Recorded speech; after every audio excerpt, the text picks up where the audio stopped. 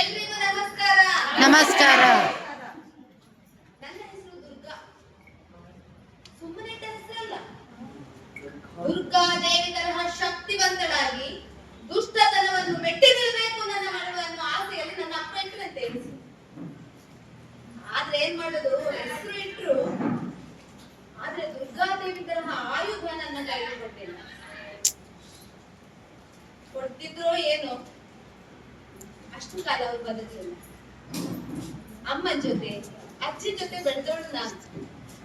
ಚಂದದ ಬದುಕು, ಹೆಚ್ಚು ಇಲ್ಲ ಕಡಿಮೆಯೂ ಇಲ್ಲ. ಅಲ್ಲ, ನನಗೆ ಚಂದ, ಇದಕ್ಕಿಂತ ಹೆಚ್ಚು ನನ್ನ ಕಥೆ ಹೇಳಿದ್ರೆ ನಿಮಗೆ ಬೋರ್ ಆಗ್ಬೋದೇ. ಚಂದದ ಬದುಕಿಗೂ ಒಂದು ಕೊನೆ ಬಂತು. ಹೇಗೆ ಬಂದಿರ್ಬೋದು ಕೊನೆ? ಹೇಗೆ ಕೊನೆ ಬಂದಿರ್ಬೋದು ಚಂದದ ಬದುಕಿಗೆ? By marriage. ನಿಮ್ಗೆ ತಕ್ಕ ಗೊತ್ತಿದೆ. ಮದುವೆ ಆಯ್ತು, ಸಾಧಾರಣ ಮನುಷ್ಯ, ನೋಡಲು ಸ್ವಲ್ಪ ಸಣ್ಣಕನು, ಅವನದ್ದೇ ಆದ ಆದರ್ಶವಾದಗಳು ಬೇಕಾದಷ್ಟಿದ್ವು. ಇನ್ನೊಂದು ವಿಷಯ, ವರದಕ್ಷಿಣೆ ತಗೊಂಡಿಲ್ಲ. ಮತ್ತೆ ಈಗಿನ ಹಾಗೆ ಕರ್ಕೊಂಡು ಹೋಗೋದು, ತಿರುಗಾಡೋದು, ಗಿಫ್ಟ್, ಬರ್ಡೇ ಸೆಲೆಬ್ರೇಷನ್ ಏನಿರ್ಲಿಲ್ಲ. ಊರು ತುಂಬಾ ಭಾಷಣ ಹೇಳ್ಕೊಂಡು ತಿರುಗ್ತಿದ್ದ, ಸಮಾನತೆ ಸಮಾನತೆ ಸಮಾನತೆ. ಆದ್ರೆ ನನಗೆ ಇಲ್ಲ. 4 ಗೋಡೆಗಳ ಮಧ್ಯೆ ನನ್ನ ಬದುಕು. ಒಂದ್ ದಿವ್ಸ ಏನಾಯ್ತು ಗೊತ್ತಾ? ಕೆಲ್ಸಕ್ಕೆ ಹೋದವನು ಫೋನ್ ಮಾಡಿ ಹೇಳ್ದ, ಏನಂತ? ಸಂಜೆ 5:15ಗೆ ತಯಾರಾಗಿರು, ಹೊರಗೆ ಹೋಗೋಣ ಅಂತ.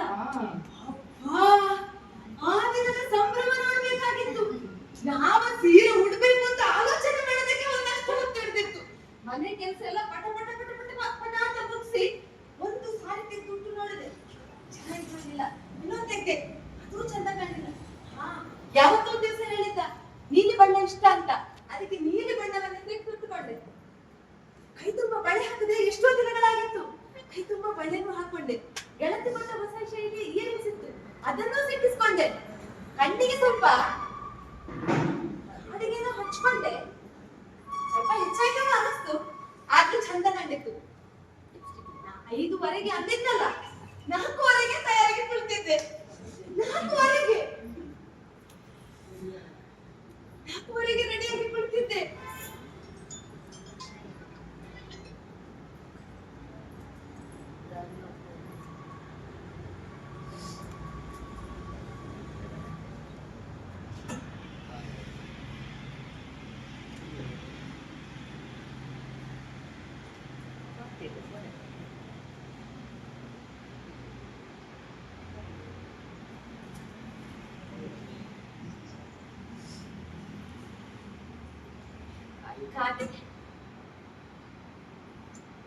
ಅವನು ಬರುವಾಗ ರಾತ್ರಿ 8 ಆಗಿ ಒಳಗೆ ಬರ್ತಿದ್ದ ಹಾಗೆ ಮನೆಗೆ ತಯಾರಾಗಿ ಕುಳಿತಿದ್ದೆ ಅಂತ ಸಣ್ಣದನ್ನೇ ಹೇಳಿದೆ. ಯಾಕೆ ನಿನ್ನ ಬರ್ತಾನೆ ಅಲ್ಲ, ನೀವೇ ಹೇಳಿದ್ರಲ್ಲ ತುಂಬಾ ಕೆಲಸ ಇತ್ತಾ ಅಂತ ಸಮಾಧಾನದಿಂದಲೇ ಕೇಳಿದೆ. ಆಗ್ಲೇ ನನ್ನನ್ನು ಅಡಿಯಿಂದ ಮುಡಿಯವರೆಗೆ ನೋಡಿದ್ರು. ಆ ಅಸಹನೀಯ ನೋಟ ನಾನಿನ್ನೂ ಯೋಚಿಸಿರ್ಲಿಲ್ಲ. ನಿನ್ನನ್ನು ಮೆಚ್ಚಿಕೊಳ್ಳೋದು ಈ ಸ್ವಲ್ಪಕ್ಕಲ್ಲ, ಅನ್ನೊಂದೇ ಕೈಯಿಂದ ಮುಗಿ ಕೆನ್ನಿರುವಂತೆ ಮಾಡ್ತಿದ್ದ.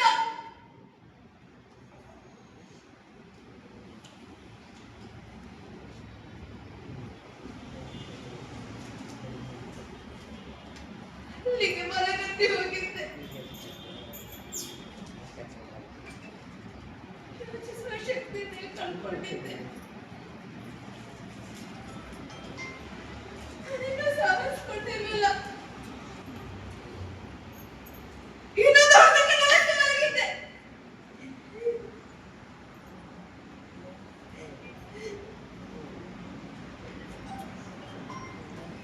ಮುದ್ರಿ ಬಿದ್ದಿದ್ದೆ, ಅಲ್ಲೇ ಬಿದ್ದಿದ್ದೆ, ಹಾಗೆಯೇ ಬಿದ್ದಿದ್ದೆ. ಅವಮಾನ ಸಹಿಸಿಕೊಳ್ಳುವ ಮೊದಲ ಪಾಠ ಆಗಿತ್ತು ನನಗೆ. ಅಲ್ಲ, ನಾನು ಹೇಗೆ ಇವನಿಗೆ ಹೊಡೆಯಲಿಕ್ಕೆ?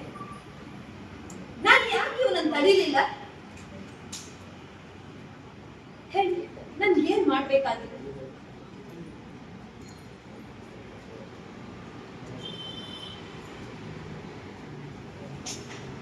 ಅವಮಾನ ಸಹಿಸಿಕೊಳ್ಳುವ ಮೊದಲ ಪಾಠ ನನಗೆ ಅಲ್ಲೇ ಸಾರಿ ಹೇಳಿರ್ಬೇಕು, ಅದು ಒಂದು ನನಗೆ ನೆನಪಿಲ್ಲ. ಆದ್ರೆ ಹೊಡೆತ ಅಲ್ಲಿಗೆ ನಿಲ್ಲಿಲ್ಲ. ಮೊದಲು ಯಾರ ಕಣ್ಣಿಗೂ ಬೀಳ್ತಾ ಇರಲಿಲ್ಲ, ಆಮೇಲೆ ಮನೆಯವರ ಎದುರು ಆಯ್ತು, ಬೀದಿಗೂ ಬಂತು.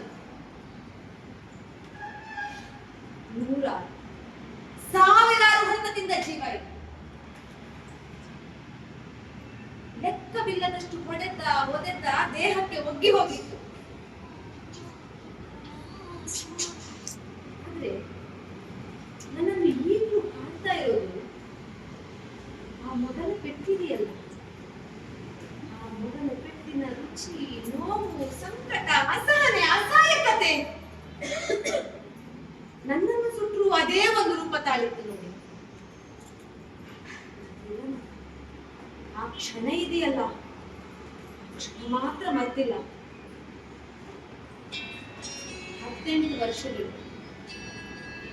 18 ವರ್ಷಗಳು ಹೀಗೇ ಉಳಿದು. ಅಲ್ಲ, ಈಗಲೂ ನನಗೆ ಒಂದಂತೂ ಅರ್ಥವಾಗುತ್ತಿಲ್ಲ. ನಾನು ಹೇಗೆ ಅವನಿಗೆ ಹೊಡೆಯೋದಕ್ಕೆ ಬಿಟ್ಟೆ? ಸಣಕಲು ಮನುಷ್ಯ ಹಿಡಿದು ನಿಲ್ಲಿಸಿದ್ರೆ ಏನೂ ಮಾಡಲ್ಲ. ಆದ್ರೂ ನಾನು ಯಾಕೆ ಏನು ಮಾಡಿಲ್ಲ? ಒಂದಿನ ತೀರಾ ಹುಷಾರಿಲ್ಲದೆ ಬಿದ್ದುಕೊಂಡಿತ್ತು. ಎದ್ದು ನಡೆಯುವುದಕ್ಕೂ ಆಗ್ತಿರ್ಲಿಲ್ಲ. ಕೈ ಕಾಲುಗಳಲ್ಲಿ ಶಕ್ತಿನೇ ಇರಲಿಲ್ಲ.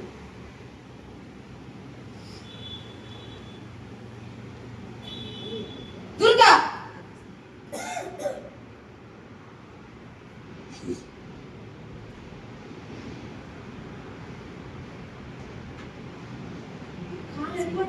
ಬಂದೆ.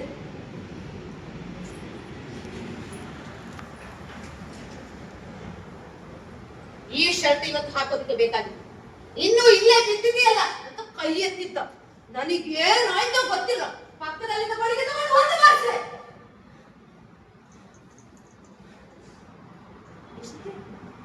ಇದಿಷ್ಟೇ ಮಾಡಿದ್ದು. ದುರ್ಗಾ ಗಂಡನಿಗೆ ಹೊಡೆದಂತೆ, ಹೆಂಡತಿ ಗಂಡನಿಗೆ ಹೊಡೆದಂತೆ ಊರೂರು ಠಾಮ್ ಸುದ್ದಿಯಾಗಿತ್ತು. ಆಮೇಲೆ ಏನಾಯ್ತು ಗೊತ್ತಾ? ಮನೆ ಮಂದಿ, ಮಕ್ಕಳು, ನೆಂಟರು, ಇಷ್ಟರು ಎಲ್ಲರೂ ಜಮಾಯಿಸಿದ್ರು. ಅಲ್ಲಿ ಅವನು ಕುಳಿತಿದ್ದ. ಎಲ್ಲರ ಅನುಕಂಪವನ್ನು ಗಿಟ್ಟಿಸ್ಕೊಳ್ತಿದ್ದ. ಗಂಡನಿಗೆ ಹೊಡೆದಂತ ಅಪರಾಧಿ ನಾನು ಇಲ್ಲಿ ಹೀಗೆ ಕಟ್ಟಕಟ್ಟೆ ಮೇಲೆ ನಿಂತಿದ್ದೆ. ಬಂದು ಸೇರಿದ ಹಿರಿಯರೆಲ್ಲ ಏನ್ ಮಾತಾಡ್ಕೊಂಡ್ರು ಒಂದು ಕಿವಿಗೆ ಬೀಳಲಿಲ್ಲ. ಆದ್ರೆ ತೀರ್ಪು ಬಂದು ಅಪ್ಪಳಿಸಿತು ಕಿವಿಗೆ. ದುರ್ಗಾ, ಹೋಗೋ, ಗಂಡನ ಕಾಲಿಗೆ ಬಂದು ಕ್ಷಮೆ ಕೇಳಿ ಹೋಗೋ.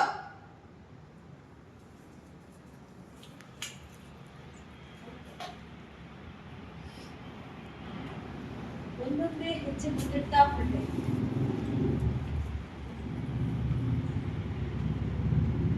ಕ್ಷಣ ಅವಮಾನದಿಂದ ಭೂಮಿ ಬಿರಿಬಾರದೆ ಅನಿಸಿತ್ತು.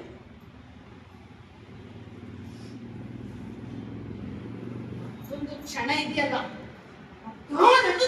ತಿರುಗಬೇಕು ಅಂತ ಅನಿಸ್ತು.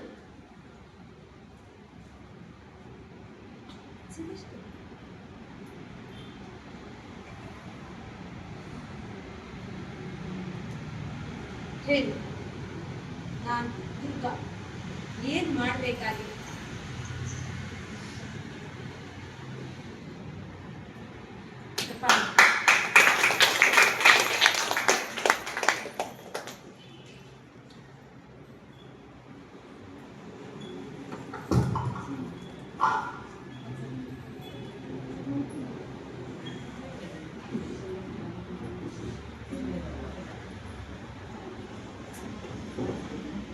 ಹೇಗಾಯ್ತು? ಇದು ನಡೀತದ? ನಾವು ಸುಬ್ರಹ್ಮಣ್ಯದವ್ರ ಹತ್ರ ಕೇಳುವ. ಇಲ್ಲಿ ನಡೀತದ?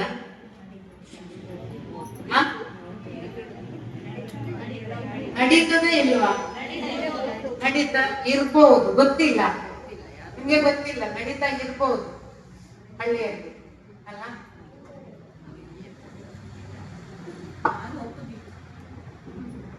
ನಾನು ಒಪ್ಪುದಿಲ್ಲ, ಹಳ್ಳಿಯಲ್ಲಿ ನಡೀತಿದ್ದೇವೆ, ಪೇಟೆಯಲ್ಲಿ ನಡೀತಿರ್ಬೋದಲ್ಲ. ಹಳ್ಳಿ ಮಾತ್ರ ಅಲ್ಲ, ಪೇಟೆಯಲ್ಲಿ ನಡೀತಿದೆ ಅಲ್ವಾ, ಪ್ರತಿಯೊಂದು ಮನೆಯಲ್ಲಿ ನಡೀಬಹುದಲ್ವಾ. ಅದನ್ನ ಬೆಟ್ಟಿ ಹೊರಗೆ ಬಂದವರು ನಾವೆಲ್ಲರೂ ಇರ್ಬಹುದಲ್ವಾ. ಖಂಡಿತ ಅಲ್ವಾ. ನಾಟಕದ ಬಗ್ಗೆ ಮಾತಾಡುವ, ಏನ್ ಮಾಡ್ಬೇಕಿತ್ತು ದುರ್ಗಾ? ಕ್ಷಮೆ ಕೇಳಬಾರ್ದಿತ್ತು, ಸಿಟ್ಟದಿಂದ ನಡಿಬೇಕಿತ್ತು. ನಿಮ್ಮ ಬಾಯಿಗೆ ಕೇಳಿಸುವ ದುರ್ಗಾ ಏನ್ ಮಾಡ್ಬೋದಿತ್ತು?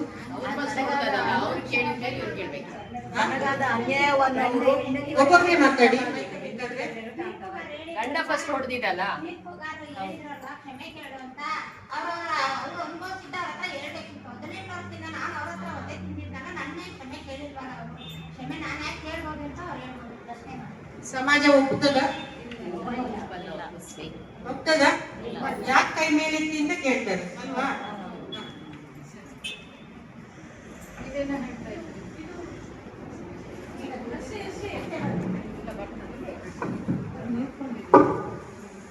ಆರಂಭದಲ್ಲಿ ಪ್ರತಿಭಟನೆ ಮಾಡಬೇಕು. ನನಗಾದ ಅನ್ಯಾಯಕ್ಕೆ ಆರಂಭದಲ್ಲಿ ಎಲ್ಲರ ಗಮನವನ್ನು ತರಬೇಕು. ಯಾಕೆಂದ್ರೆ ಇದನ್ನು ನೊಂದ ನಂತರ ಅವರು ಅದನ್ನ ಸ್ಪಷ್ಟವಾಗಿ ಹೇಳಿದ್ರು. ಯಾವಾಗ ನಾವು ನೊಂದು ಕಡೆ ಕೊನೆಗೆ ನಮ್ಮ ಎಲ್ಲ ಇದು ಬಸ್ಟ್ ಆಗ್ತದಲ್ಲ, ಆವಾಗ ನಾವು ಏನು ಮಾಡ್ಲಿಕ್ಕಾಗೋದಿಲ್ಲ. ಪ್ರತಿಭಟನೆ ಅಂತಲ್ಲ ನಾನು ಹೇಳುವಂಥದ್ದು, ನಮಗಾದ ಅನ್ಯಾಯವನ್ನು ನಾವು ಕೂಡ ಆ ಸಮಯದಲ್ಲಿ ನಾವು ಅದನ್ನ ತಿಳ್ಕೋಬೇಕಾಗತ್ತೆ. ಒಳ್ಳೆಯವರು ಸಮಾನತೆ ಅಲ್ವಾ, ಫಸ್ಟ್ ಗಂಡ ಹುಡುಗದು ಗಂಡ ಕೇಳಿ ಅಂತ ಫಸ್ಟ್ ಹೇಳ್ಬೇಕು, ಆಮೇಲೆ ನಾನು ಬೇಕಾದ್ರೆ ಕೇಳ್ತೀನಿ ಅಂತೀನಿ. ಆದ್ರೆ ಫಸ್ಟೇ ಅವ್ರಿಗೆ ಹೇಳ್ದಾಗೆ ಫಸ್ಟೇ ಅವ್ರಿಗೆ ಅನ್ಯಾಯ ಆದಾಗ ಎಲ್ಲರ ಗಮನ ತರಬೇಕಿತ್ತು. ಆಮೇಲೆ ಈಗ ಹೇಗೋ ಆಗಿತ್ತಲ್ಲ, ಇಬ್ರು ಅವ್ರು ಫಸ್ಟ್ ಸಾರಿ ಕೇಳಿ ಆಮೇಲೆ ನಾನು ಕೇಳ್ತೀನಿ ಅಂತ ಹೇಳ್ತಿದ್ರು.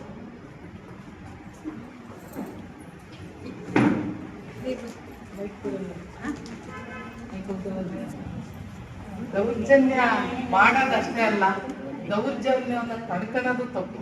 ಯಾಕೆಂದ್ರೆ ಸುದೀರ್ಘವಾಗಿ 18 ವರ್ಷ ದುರ್ಗದ ಮೇಲೆ ದೈಹಿಕವಾಗಿ ಮಾನಸಿಕವಾಗಿ ಆಗ್ತಾ ಇತ್ತು. ಎಲ್ಲೂ ವಿರೋಧ ಇಲ್ಲ, ವಿರೋಧ ಯಾವಾಗಿರಲ್ಲ, ಇದೇ ಸರಿ ಅಂತ ಎಲ್ಲರೂ ತಿಳ್ಕೊಂತಾರೆ. ಸ್ಟಾರ್ಟಿಂಗ್ ಏನಾದ್ರು ಸ್ವಲ್ಪ ವಿರೋಧ, ಅವರ ಒಂದು ಅಭಿಪ್ರಾಯ ಅಥವಾ ಅವಳ ಒಂದು ಆಸೆ ಆಕಾಂಕ್ಷೆ 18 ವರ್ಷದ ನಂತರ ಒದಲಿಕ್ಕೆ ಕೈ ಬಂತು ದುರ್ಗನ್ಗೆ. ಆದ್ರೆ ಸ್ಟಾರ್ಟಿಂಗ್ಗೆ ಬಂದಿದ್ರೆ ಅವಳು ಬಹಳ ಚೆನ್ನಾಗಿರ್ತಿತ್ತೇನೋ ಅಂತ ನಂದೊಂದು ಅಭಿಪ್ರಾಯ.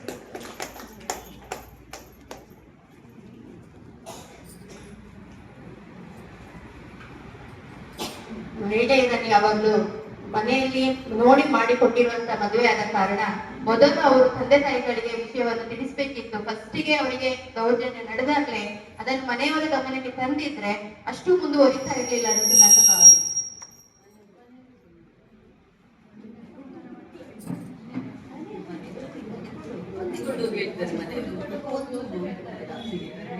ಹೊಂದಿಕೊಂಡು ಹೋಗಮ್ಮ ಅಲ್ವಾ. ಮನೆ 2 ಹೆಣ್ಮಕ್ಳಿದ್ದಾರೆ ನಮ್ಮ ಮನೆಯಲ್ಲಿ, ಬಾಯಿ ಮುಚ್ಕೊಂಡು ಕುತ್ಕೋಬಹುದು ಅಲ್ವಾ. ವಾಪಸ್ ಹೋಗ್ತೇವೆ. ಈ ಸ್ವಲ್ಪ ತಾಳ್ಮೆಯಿಂದ ಅಲ್ವಾ. ಅಂದ್ರೆ ಅವರಿಗೆ ಕ್ಷಮೆ ಕೇಳಿದ್ರಲ್ಲ, ನಾನು ಯಾಕೆ ಕ್ಷಮೆ ಕೇಳ್ಬೇಕಂತ ಮೊದಲು ಪ್ರಶ್ನೆ ಮಾಡ್ಬೇಕು ಅವರು. ಆಗ ಅವ್ರು ಹೇಳ್ತಾರೆ ನಿನ್ನ ಈ ರೀತಿ ತಪ್ಪು ಇದೆ ಅಂತ. ಆಗ ಅವರು ಹೇಳ್ಬೋದು ನನ್ಗೆ ಈ ರೀತಿಯಾಗಿ ಅನ್ಯಾಯ ಆಗಿದೆ, ಆದ್ರೆ ನನ್ನ ಅನ್ಯಾಯಕ್ಕೆ ಯಾರು ಕ್ಷಮೆ ಕೇಳ್ತಾರೆ? ಆ ಪ್ರಶ್ನೆ ಮಾಡಿದ್ರೆ ಮಾತ್ರ ಅವ್ರಿಗೆ ತಪ್ಪು ಏನಾಗಿದೆ ಅಂತ ಗೊತ್ತಾಗ್ತದೆ.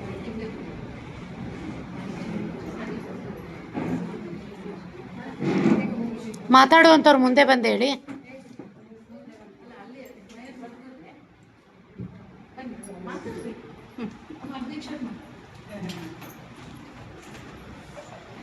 ಫಸ್ಟ್ ಪೆಟ್ಟು ಕೊಡುವಾಗಲೇ ಒಮ್ಮೆ ಪ್ರತಿಭಟನೆ ಮಾಡಬೇಕಿತ್ತು ಅಂತ ಎಲ್ಲರಿಗೂ ಇದೊಂದು ಮಾತು ಬೇಕು ಅಂತ ಈಗ ಕ್ಷಮೆ ಕೇಳಿದ್ರಲ್ಲ. ಈಗ ಹಾಗಾದ್ರೆ ಗಂಡು ಹೊಡೆದಾಗ ಅವನಿಗೆ ಕ್ಷಮೆ ಕೇಳಿಕಿಲ್ವಾ? ಗಂಡಿಗೊಂದು ನ್ಯಾಯ, ಹೆಣ್ಣಿಗೊಂದು ನ್ಯಾಯ.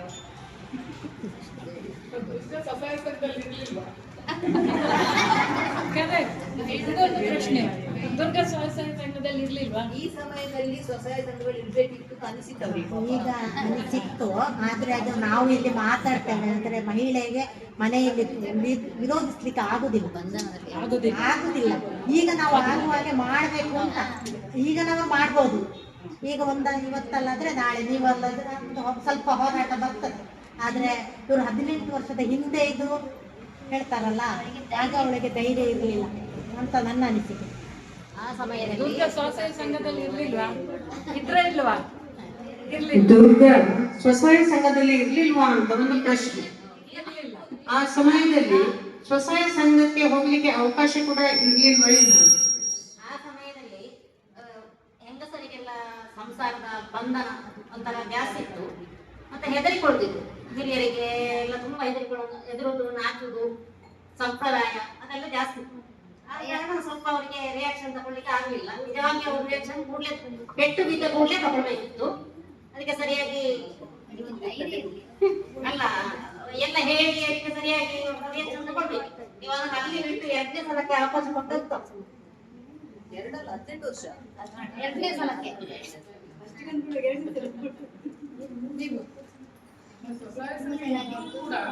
ಹುಡುಗನಂತ ಎಷ್ಟೋ ಜನ ಹೊರಗಿದ್ದಾರೆ. ಅವಳು ವಿರೋಧಿಸ್ಬೇಕಾದ್ರೆ ಮತ್ತೆ ವಿರೋಧಿಸ್ಬೇಕಾಗಿತ್ತು. ಆದ್ರೆ 18 ವರ್ಷ ಅವಳು ನೊಂದು ಬೆಂದಿದ್ದಾಳೆ ಅಂತ ಹೇಳಿದ್ರೆ ಅವಳ ಮಾನ ಮರ್ಯಾದೆ ಆಗಲೇ ಹರಾಜಾಗಿ ಹೋಗಿತ್ತು. ಅವ್ರು ಫಸ್ಟ್ ಹೇಳಿದ್ರು ಊರವರ ಮುಂದೆ ಹರಾಜಾಗಿದೆ, ಫ್ಯಾಮಿಲಿ ಮುಂದೆ ಹರಾಜಾಗಿದೆ ಅಂತ. ಹಾಗೇನು ಹೇಳುವಾಗ ಅವಳು ಒಂದು ಕ್ಷಮೆ ಕೇಳ್ತಿದ್ರೆ ಅವಳ ಘನತೆ ಕಡಿಮೆ ಆಗ್ತಿರ್ಲಿಲ್ಲ ಅಂತ ನನ್ನ ಭಾವನೆ. ಅಲ್ಲಿಗೆ ಮುಗಿತಿತ್ತೇನೋ ಅವಳ ಸಮಸ್ಯೆ ಅಂತ ನನ್ನ ಭಾವನೆ. ಕೇಳ್ಬೋದಾಗಿತ್ತು ಕ್ಷಮೆ. ಒಂದು ನಾನು ಪ್ರಶ್ನೆ ಕೇಳುದು, ಅವಳು ಏನಾದ್ರೂ ಹಿಂತಿರುಗಿ ಹೊಡೆದಿದ್ರೆ ಫಸ್ಟಿಗೆ ಇದು ಮುಗಿತಿತ್ತ ಅಥವಾ ಹೆಂಡ ಸಾಕ್ತಿತ್ತು? ಇನ್ನೊಂದು ಏನಂತ ಹೇಳಿದ್ರೆ ಅದು ಮುಗಿತಿತ್ತ ಅಥವಾ ಅವಳಿಗೆ ಚೀಚು ಅಂತ ಹೇಳಿ ಇನ್ನು ಸಹ ಅವಳಿಗೆ ಅದಕ್ಕೆ ಎಲ್ಲರೂ ಸುಮ್ಮನೆ ಇರುದ ಹೆಂಗಸರು?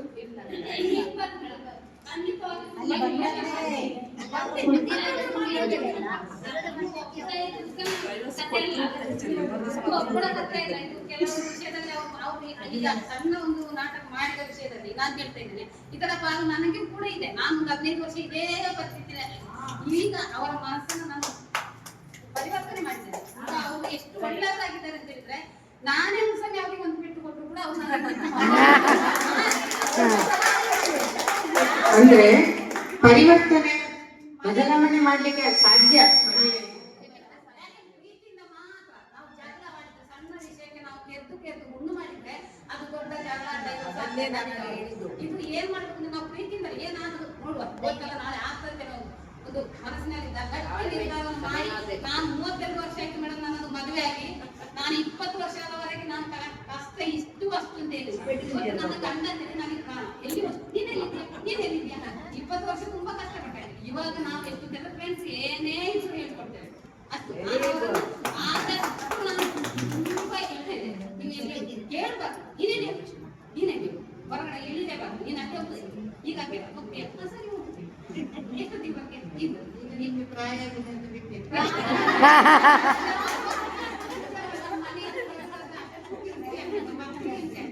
ಈಗ ಮಕ್ಕಳು ನಾನು ತುಂಬಾ ಇಷ್ಟಪಡ್ತೇನೆ.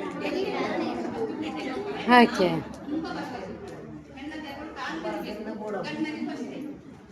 ಅದೇನಂದ್ರೆ ಅದು ಬಾಯಿ ಮಾಡ್ತಾ ಅಷ್ಟೇ, ನಮ್ಮನ್ನು ಬಿಟ್ಟು ಬದುಕ ಶಕ್ತಿ ಅದು ಇಲ್ಲ ಅಂತ. ಬಾಯಿ ಮಾಡ್ತಾ ಅಷ್ಟೇ, ನಾವಿಲ್ಲ ಕಡಿಮೆ ಅಂತ ಹೇಳ್ಬೋದು. ಹಾಗಾಗಿ ಡ್ಯಾನ್ಸ ತುಂಬಾ ಅದರಲ್ಲಿ ಆದವಳಿಗೆ ಹಾಗೆ ಅತ್ತೆ ಮಾವ ಮಕ್ಕಳು ಗಂಡ ಅಂತ ಹೇಳಿ ತುಂಬಾ ಸಂಸಾರದ ಒಂದು ಇರ್ತದೆ. ಆ ಟೈಮಲ್ಲಿ ನಮಗೆ ತಾಳ್ಮೆ ತುಂಬಾ ಬೇಕು. ಆ ತಾಳ್ಮೆಯನ್ನು ನಾವು ಗೆದ್ದು ಬಂದ್ರೆ ಅಕ್ಕ ಹೇಳಿದ ಒಂದು ಇದರಲ್ಲಿ ನಾವು ಪಾಸ್ ಆಗ್ಬೇಕಂತ ನನ್ನದೊಂದು ಅನಿಸಿಕೆ. Thank you.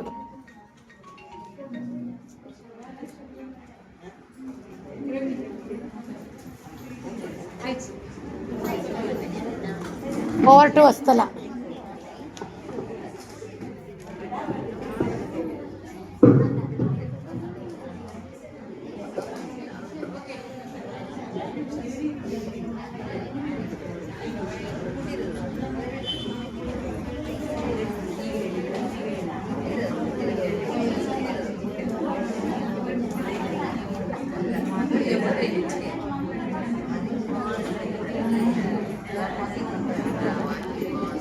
ಎಲ್ರಿಗೂ ನಮಸ್ಕಾರ.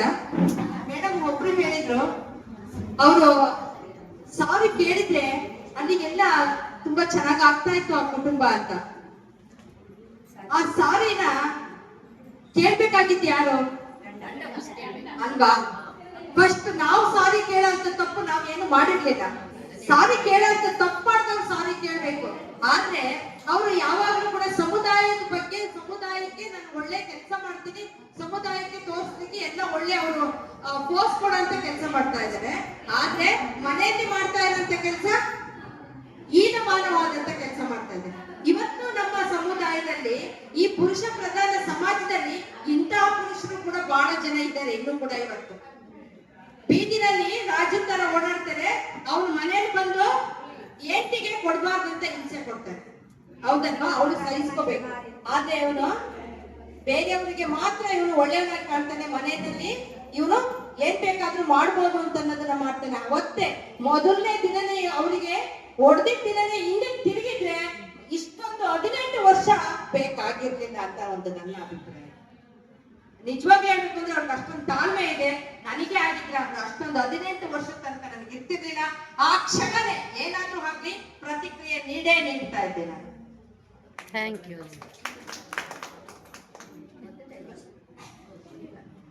ನನ್ನೆಲ್ಲ ಸ್ನೇಹಿತರಿಗೂ ಬಹಳ ಖುಷಿಯಾಗಿ ಪ್ರದರ್ಶನವನ್ನ ಕೊಟ್ಟಂತ ಮೇಡಮ್ನವ್ರಿಗೆ ಒಂದು ದೊಡ್ಡ ಚಪ್ಪಾಳೆ ಮುಖಾಂತರ ಖಂಡಿತ ಕತೆ ಏನಾಗಿತ್ತೋ ಗೊತ್ತಿಲ್ಲ. ಅವ್ರ ಆ ಕಡೆಯಿಂದ ಹೊಡೆದಾಗ ನನ್ನ ಕಣ್ಣಲ್ಲಿ ಸ್ವತ್ತು ನೀರು ತುಂಬಿಕೊಂಡಿದ್ದಾಗಲೇ, ಅಂದ್ರೆ ಒಬ್ಬರ ಭಾವನೆಯನ್ನ ಇನ್ನೊಬ್ಬರ ಮೇಲೆ ಪ್ರಭಾವವನ್ನ ಬೀರಿ ಆ ಲೋಕಕ್ಕೆ ನಮ್ಮನ್ನ ಕೊಂಡೊಯ್ಯುವಂತ ಸಾಹಸ ಇದೆಯಲ್ಲ, ಅದು ಅಭಿನಯಕ್ಕೆ ಮಾತ್ರ ಸಾಧ್ಯ. ಅದೇ ಅಭಿನಯದ ಮುಖಾಂತರ ನಮ್ಮ ಎಲ್ಲ ಹೃದಯವನ್ನ ತಟ್ಟಿದ್ದು 18 ವರ್ಷ. ಇನ್ನೂ ದುರ್ಗೆಯರು ಅಂದ್ರೆ ದುರ್ಗದಂತ ಅಮಾಯಕರು ಪ್ರತಿ ಹಳ್ಳಿ, ಪ್ರತಿ ಮನೆಯಲ್ಲೂ ಕೂಡ ಜೀವಂತವಾಗಿದ್ದಾರೆ. ಅವ್ರು ಇನ್ನೂ ಖಂಡಿತ ಅವ್ರಿಗಿನ್ನೂ ಯಾವುದೇ ಕಾನೂನು ಅಥವಾ ಯಾವುದೇ ಸಮಾಜ, ಯಾವುದೇ ಮಹಿಳಾ ಸಂಘಟನೆಗಳು ಅವರಿಗೆ ನಾವು ನ್ಯಾಯ ಕೊಡ್ಲಿಕ್ಕೆ ಇನ್ನೂ ಆಗ್ತಾ ಇಲ್ಲ. ನೋವನ್ನೇ ಹುಟ್ಟಿ ನೋವನ್ನೇ ಬದುಕನ್ನು ಕಟ್ಕೊಂಡು ಕೊನೆಗೆ ನೋವಿನಿಂದಲೇ ಮೊಂಡಿಗೋದಂತ ಸಾವಿರಾರು ಅಕ್ಕ ತಂಗಿಯರು ನಮ್ಮ ಜೊತೆ ಇನ್ನು ಅವರ ಪ್ರೇತಗಳ ಮೇಲೆ ಓಡಾಡ್ತಾ ಇದ್ದಾವೆ. ನೀವಿನ್ನು ಯಾಕೆ ಸುಮ್ಮನಿದ್ದೀರಾ? ಹೇಳಿ, ಎದ್ದು ಹೇಳಿ. ಯಾವ ಮಹಿಳೆಗೆ ಆಕೆ ತನವನ್ನ, ಆಕೆಯ ಸ್ವಾತಂತ್ರ್ಯಕ್ಕೆ, ಆಕೆಯ ಆಶೆಗೆ ಕೊನೆ, ಆಕೆ ಆಶೆ ಹತ್ತಿಕ್ತಾ ಇದ್ದಾರೆ. ದಯವಿಟ್ಟು ಧ್ವನಿಯಾಗಿ ಅಂತ ಸಾಕಷ್ಟು ಜನ ಮಹಿಳೆಯರು ಹೋರಾಟ ಮಾಡಿದ್ದಾರೆ. ನಾವಿನ್ನೂ ಕೂಡ ಹೋರಾಟ ಮಾಡುವಂತ ಒಂದೇ ಒಂದು ಅಂಚಿನಲ್ಲಿ ಇದ್ದೀವಿ.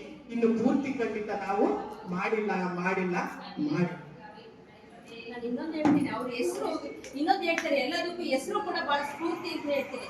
ಆದ್ರೆ ಅವ್ರ ಹೆಸರಲ್ಲಿ ಕೂಡ ಅಷ್ಟೇ ಪೌರುಷ, ರೋಷ ಎಲ್ಲದೂ ಇತ್ತು. ಆ ಹೆಸರಿನ ಪ್ರಕಾರ ಅವ್ರು ಅವತ್ತೇ ಎದ್ದು ನಿಲ್ಬೇಕಾಗಿತ್ತು. ಅದು ಒಂದು